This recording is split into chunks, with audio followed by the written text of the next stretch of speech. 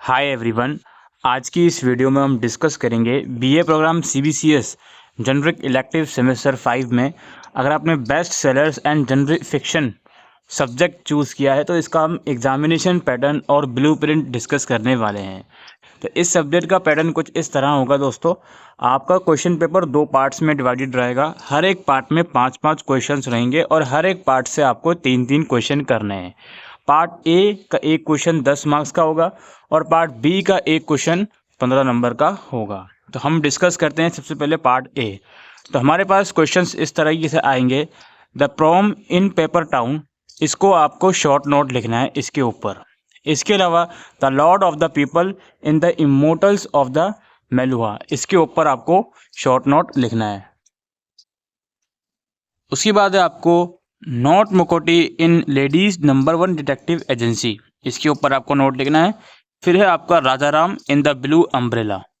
और fifth question है recent popularity of mythological retellings in Indian popular fiction in English, इनके ऊपर आपको स्टेटमेंट या जो भी है नोट्स में लिखना है। ये 5 क्वेश्चंस हो गए पार्ट ए में, जिसमें से आपको 3 करने हैं। पार्ट बी की शुरुआत होती है क्वेश्चन नंबर 6 की। Elaborate upon the journeys in John Green's novel paper town.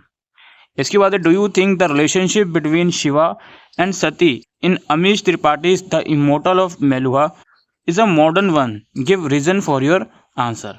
इसके बाद the number 1 ladies detective agency is not just a mystery with MMA Ramstwo as a detective. It is also a commentary on contemporary Botswana. Explain. इसके बाद second last question है comment on the Ruskin Bond's representation of childhood in the blue umbrella. And last question है does generic fiction respond to its time or is it an escape from everyday reality? Comment with reference to any text in the course.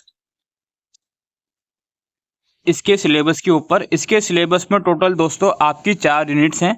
तो हर unit में से 2-2 question आएंगे ही आएंगे, एक 10 marks वाला और एक 15 मार्क्स वाला, यानी कि हर एक क्वेश्चन जो है 25-25 नंबर का हर एक यूनिट में से आ रहा है। आपको ओवरऑल 3 क्वेश्चन पार्ट ए और 3 पार्ट बी में से करने हैं, यानी कि इन 4 में से कोई 3 यूनिट आप कंप्लीटली करके चले जाइएगा सो दैट पेपर को ईजिली अटेम्प्ट कर पाओ।